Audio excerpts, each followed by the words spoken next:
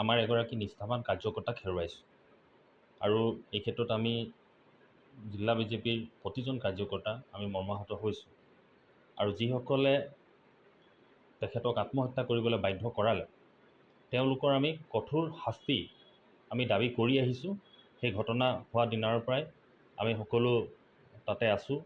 আৰক্ষীকো তদন্ত ক্ষীপ্ৰতৰ কৰিবলৈ আমি দাবী জনাই আছিলোঁ আৰু এই ক্ষেত্ৰত মুখ্যমন্ত্ৰী মহোদয়ক ধন্যবাদ জনাম যে তেখেতৰ তৎপৰতাত যিসকল দোষী যিসকলৰ নাম আহিছে সকলো ইতিমধ্যে এজনৰ বাদে বাকী 3জন আৰক্ষীয়ে তেওঁলোকক কৰায়ত্ব কৰিছে, এজনক দিল্লীৰ পৰা কৰায়ত্ব কৰিছে। সেই ক্ষেত্ৰত মুখ্যমন্ত্ৰী মহোদয়ক ধন্যবাদ জনাইছোঁ। তেখেতে গোটেই তদন্তৰ প্ৰক্ৰিয়াটো খৰতকীয়া কৰিছে আৰু ন্যায়পালিকাৰ ওপৰত আমাৰ বিশ্বাস আছে যে সেই দোষীসকলক কঠোৰতম শাস্তি দিব।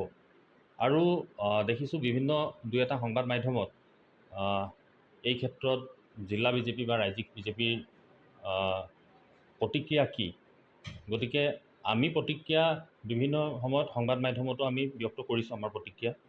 জিলা বিজেপিৰ তৰফৰ পৰাই হওক, বিধায়ক মহোদয়, প্ৰাক্তন সাংসদ মহোদয় বা মন্ত্ৰী মহোদয় হওক, ইতিমধ্যে কেন্দ্ৰীয় মন্ত্ৰী পবিত্ৰ মাৰ্ঘেৰিটা ডাঙৰীয়াও ইয়াত আহি উপস্থিত হ'ল, এই ঘটনাৰ বুজ ল'লে আৰু তেওঁৰ উপস্থিতিটো আমি জিলা বিজেপি কাৰ্যালয়ত এক শোকসভা আয়োজন হৈছিলে পবিত্ৰ মাৰ্ঘেৰিটা ডাঙৰীয়াৰ উপস্থিতিত সোণাৰীত আৰু মাননীয় কেন্দ্ৰীয় মন্ত্ৰী সৰ্বানন্দ সোণোৱাল ডাঙৰীয়াৰ উপস্থিতিত মৰাণতো আমি এখন শোকসভা হৈছিলে আৰু বিভিন্ন সংবাদ মাধ্যমতো এই কথাখিনি আহিছে।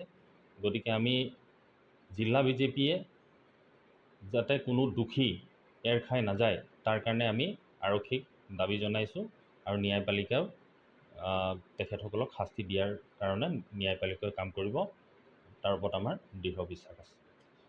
আমাৰ এগৰাকী নিষ্ঠাৱান কাৰ্যকৰ্তাক হেৰুৱাইছোঁ আৰু এই ক্ষেত্ৰত আমি জিলা বিজেপিৰ প্ৰতিজন কাৰ্যকৰ্তা আমি মৰ্মাহত হৈছোঁ আৰু যিসকলে তেখেতক আত্মহত্যা কৰিবলৈ বাধ্য কৰালে তেওঁলোকৰ আমি কঠোৰ শাস্তি আমি দাবী কৰি আহিছোঁ। সেই ঘটনা হোৱা দিনাৰ পৰাই আমি সকলো তাতে আছোঁ। আৰক্ষীকো তদন্ত ক্ষীপ্ৰতৰ কৰিবলৈ আমি দাবী জনাই আছিলোঁ আৰু এই ক্ষেত্ৰত মুখ্যমন্ত্ৰী মহোদয়ক ধন্যবাদ জনাম যে তেখেতৰ তৎপৰতাত যিসকল দোষী যিসকলৰ নাম আহিছে সকলো ইতিমধ্যে এজনৰ বাদে বাকী 3জন আৰক্ষীয়ে তেওঁলোকক কৰায়ত্ব কৰিছে, এজনক দিল্লীৰ পৰা কৰায়ত্ব কৰিছে। সেই ক্ষেত্ৰত মুখ্যমন্ত্ৰী মহোদয়ক ধন্যবাদ জনাইছোঁ। তেখেতে গোটেই তদন্তৰ প্ৰক্ৰিয়াটো খৰতকীয়া কৰিছে আৰু ন্যায়পালিকাৰ ওপৰত আমাৰ বিশ্বাস আছে যে সেই দোষীসকলক কঠোৰতম শাস্তি দিব। আৰু দেখিছোঁ বিভিন্ন দুই এটা সংবাদ মাধ্যমত এই ক্ষেত্ৰত জিলা বিজেপি বা ৰাজ্যিক বিজেপিৰ প্ৰতিক্ৰিয়া কি, গতিকে আমি প্ৰতিক্ৰিয়া বিভিন্ন সময়ত সংবাদ মাধ্যমতো আমি ব্যক্ত কৰিছোঁ আমাৰ প্ৰতিক্ৰিয়া। জিলা বিজেপিৰ তৰফৰ পৰাই হওক, বিধায়ক মহোদয়, প্ৰাক্তন সাংসদ মহোদয় বা মন্ত্ৰী মহোদয় হওক, ইতিমধ্যে কেন্দ্ৰীয় মন্ত্ৰী পবিত্ৰ মাৰ্ঘেৰিটা ডাঙৰীয়াও ইয়াত আহি উপস্থিত হ'ল, এই ঘটনাৰ বুজ ল'লে আৰু তেওঁৰ উপস্থিতিটো আমি জিলা বিজেপি কাৰ্যালয়ত এক শোকসভা আয়োজন হৈছিলে পবিত্ৰ মাৰ্ঘেৰিটা ডাঙৰীয়াৰ উপস্থিতিত সোণাৰীত আৰু মাননীয় কেন্দ্ৰীয় মন্ত্ৰী সৰ্বানন্দ সোণোৱাল ডাঙৰীয়াৰ উপস্থিতিত মৰাণতো আমি এখন শোকসভা হৈছিলে আৰু বিভিন্ন সংবাদ মাধ্যমতো এই কথাখিনি আহিছে।